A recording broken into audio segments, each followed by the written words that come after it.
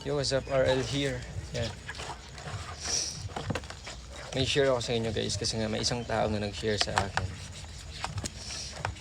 about sa mga belief niya na anything or everything hindi nagmamatter, parang ganun. For example, may isang bagay ka na gagawin or may kukunin ka na isang bagay sa buhay mo. Sabi niya, pag makuha mo daw yun, it doesn't matter.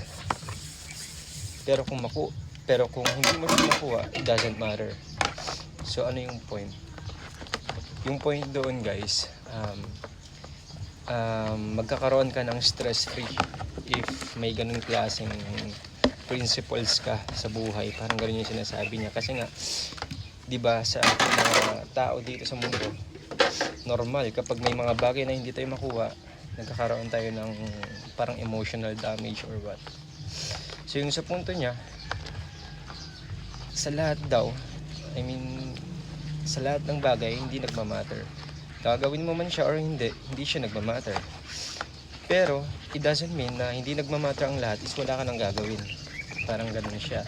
Kasi nga yung buhay natin para siyang bukas na libro or empty book siya, nasa sa atin kung magki-create tayo or susulatan natin, or else papasulat natin siya sa iba. Ganun yun, ipapasulat natin yung buhay natin sa ibang tao. Yeah. So yun, nagkaroon lang din ako ng parang realization. Tama naman din eh, gagawin ko man to or hindi siya nagma-matter, 'di ba?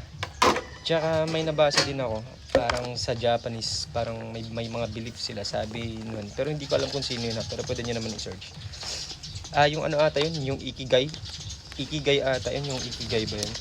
Na yung purpose daw ng tao is to move, gumalaw, hindi stagnant. Ganun siya. Parang sa tubig lang din yan. Pag yung tubig is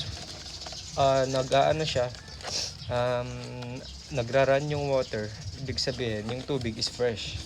Pero kung stagnant yung tubig, contaminated siya. So yun lang, focus muna ako guys.